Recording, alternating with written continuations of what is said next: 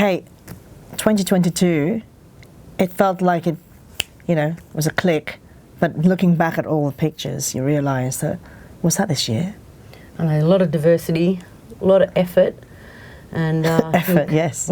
and a lot of incredible moments. Should we start off with one of the most spectacular, dramatic frames of the year, which is by Nick Moyer. I mean, I don't think Nick Moyer does anything not so dramatic.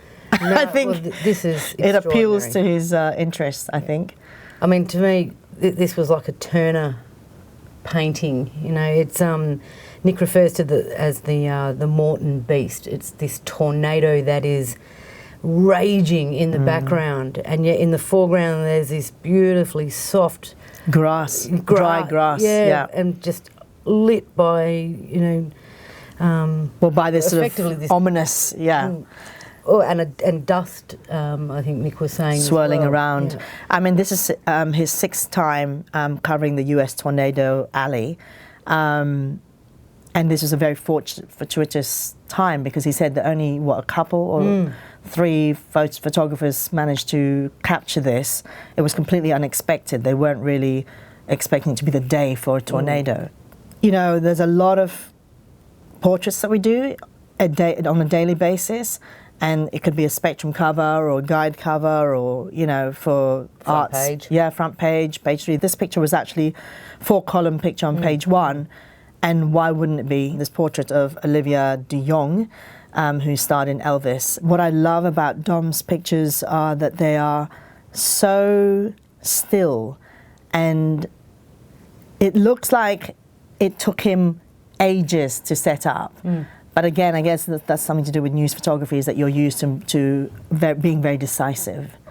I love the red. You've got a good shot. That's But I love the red on red and red, and it's like an old school Hollywood glamour portrait. It's timeless. And he did a portrait of Birdie Blackman. And what I love about it was all I said to him was I wanted a contemporary shot, something quite stark. And he did that. His choice of backdrop, his choice of using hard light as opposed to soft light, I think really highlighted her sort of platinum blonde and fierce look in her eyes. So this incredible shot of Wyandotte Dam, I'm sure I've said that incorrectly, but this is the second visit he did during the flood season. From the start, when I saw this picture, I mean, fear. You do see the impact of the fate of the people living in towns. As he said, there were 3 towns down south that were sort of, when they saw this image, they were sort of, they just felt this foreboding. The feeling you get, or that I get when I look at it, is this fateful roar of the water, the power. I mean, it really does show the power of nature and its consequences. This particular picture of the Ukrainian ballet, it was a media call, and it was the United Ukrainian Ballet on stage at Darling Harbour in ICC. And I remember ringing the publicist, and I said, look, that's very well, that it's a media call, but we at the Herald really would appreciate a different perspective. And lo and behold, she did give us access on stage, because I really wanted him to depict the ballerinas in a very sort of more traditional, more like a Degas painting. And that's really what you do see in the right hand, three-quarter, like if you do the rule of thirds in this section of the image, it really does look like the romantic idea of what ballerinas, theatre looks like. But then on the left, in the background, you have this ballerina with the blanket around her. This. With probably bleeding toes. The reality of ballet dancing is probably not. But it's beautifully composition is strong. Yeah. This was taken in June of controversial tennis player Nick Kyrgios. I like the take that he's done on this, which is that sort of warm tone. Again, it's a common theme in our choice is that it really draws you in. It draws you in. Yeah, and.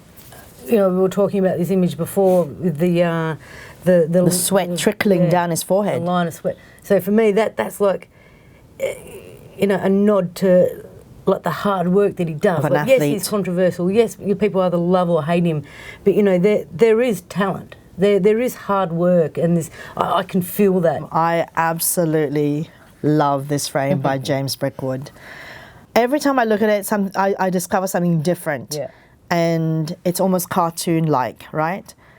This is part of the federal campaign. But yeah, I mean, there's something quite sinister as well with the bunny ears and the gaze of the child behind, also with bunny ears. And what I love as well with this photo is that you go from bunny ears into Morrison, then out. Like you can keep on going around and round the photograph. Yeah, it's a circular pattern. Like you said, there are lots of elements in that photo that sort of bring you back into Scott Morrison.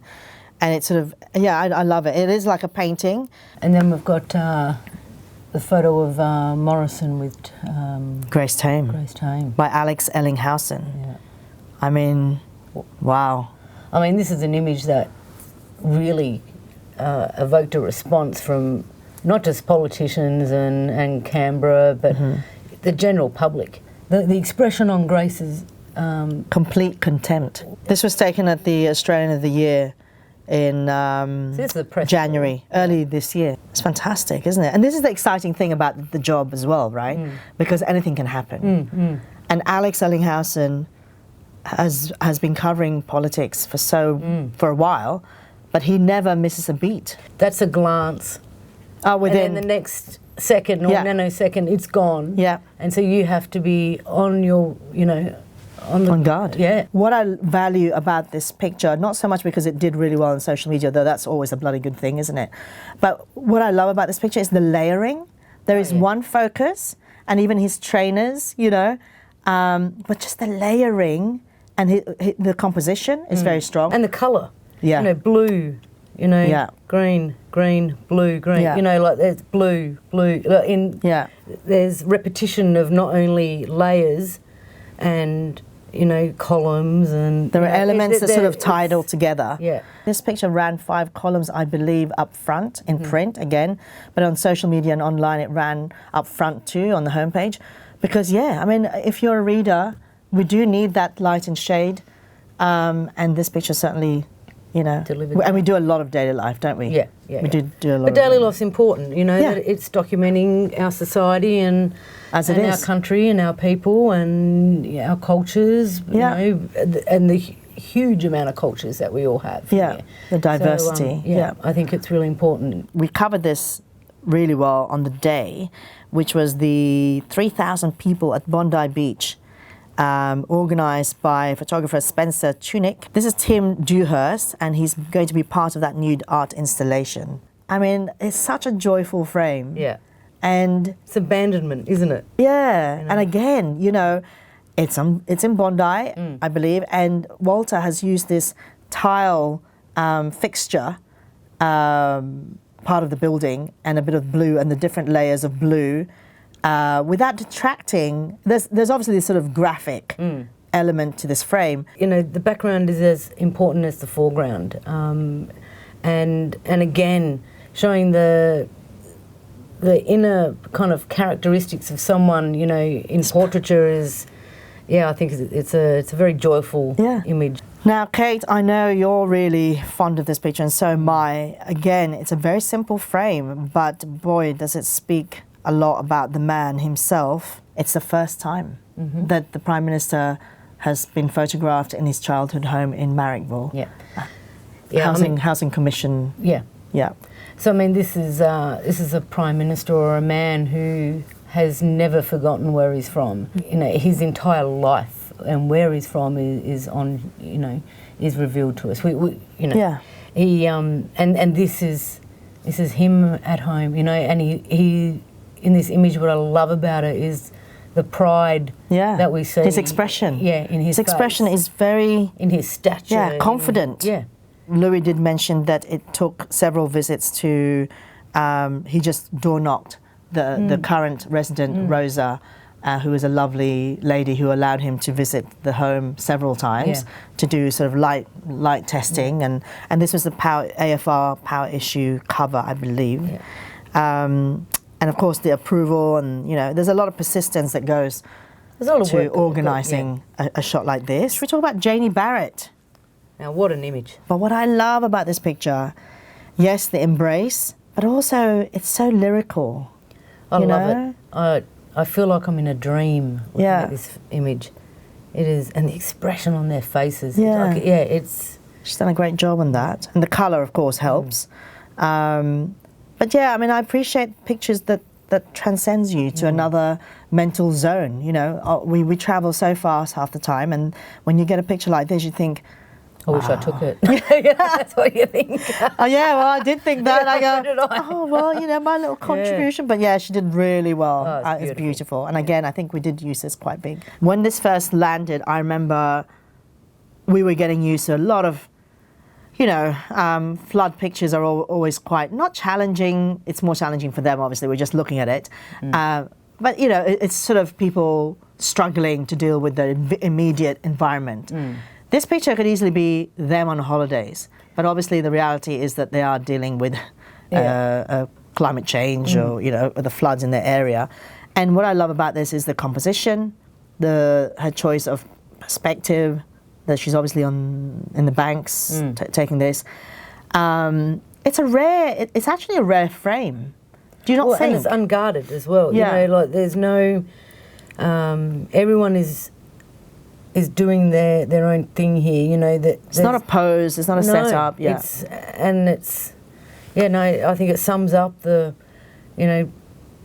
situation of what was happening, in New South Wales during the floods, and I think I think it's a great frame. This picture of the seal by Brooke Mitchell. Brooke Mitchell is one of the hardest working people I know, and he's persistent. He has an idea and he chases it. Most people are in our department, to be honest. But he dives, he swims, he flies his drones. He's sort of an all-rounder. This picture, without knowing the story, I just think, and again, I think this resonated with our readers on social media. But I mean, it's in Sydney, right? But the picture itself, I just love the shafts of light coming through the water. It's dreamlike. You're not quite sure what you're looking at to begin with, but obviously it's a seal when you look closely. But I just love the depth of the. It's quite calming. I really like this photograph of that Rhett's taken. It's during the floods and or the aftermath of flooding in Geraghty, and this is an office, and I believe it's an office. Flooding. Yeah, flash flooding, and I believe it's an office where all the different services that the townspeople need Rely on. Yeah. and look at the devastation. Oh. So just in The muddied floorboards and the soggy paper, Yeah. is like a. well, it's the mess. It's Yeah. the aftermath, isn't it? It's But it's not really, because it goes on and on. well, and that's just it. Is that what we see with floods or bushfires is after the immediate, crisis, there is months, if not years, of recovery. And so, in an office full of paper that is, or a destroyed office, this reminds me of like just endless recovery. And I love his posture is just kind of standing there on the phone, and it's just like a Where do you start? bewilderment. Like, Where do God, you start? yeah. Exactly. The final, but to me, and not because you're here in front of me, Kate, but it's, wow. I think the photo of the year has to be this portrait that you took of Ole Nazarov, 51 years old, who sustained head, neck, back injuries from a grenade attack on his trench. This is shot in Bakhmut in Ukraine. I think it was middle of the day when this landed, or early morning, and I was editing your work from Ukraine, and then this landed. I think it's a timeless portrait. It is the face of war. He is weary. Just the tone. The tone is magnificent. What were you working with? Because I know that most of your work is in situ and it's natural light, but there is an element of a hard light here. Is it the hospital light? Well, so we're not actually in a hospital. It's a clinic. It's a building that's been converted into a stabilisation point. So there's fluoro lights above. You're in a corridor. He's sitting on a stretcher. There are 6 to 8. But where did you take this particular photo? In the corridor. So he's just been strapped up with the wound, with the bandages. Yeah. So there's other soldiers who are all suffering from wounds and concussion. So the light is basically I carry a little LED, and so we lit him using that. Kate, thank you for going through all the pictures with me for 2022. It's really rare to talk about photos, isn't it? Because really, we really rely on our visceral reaction.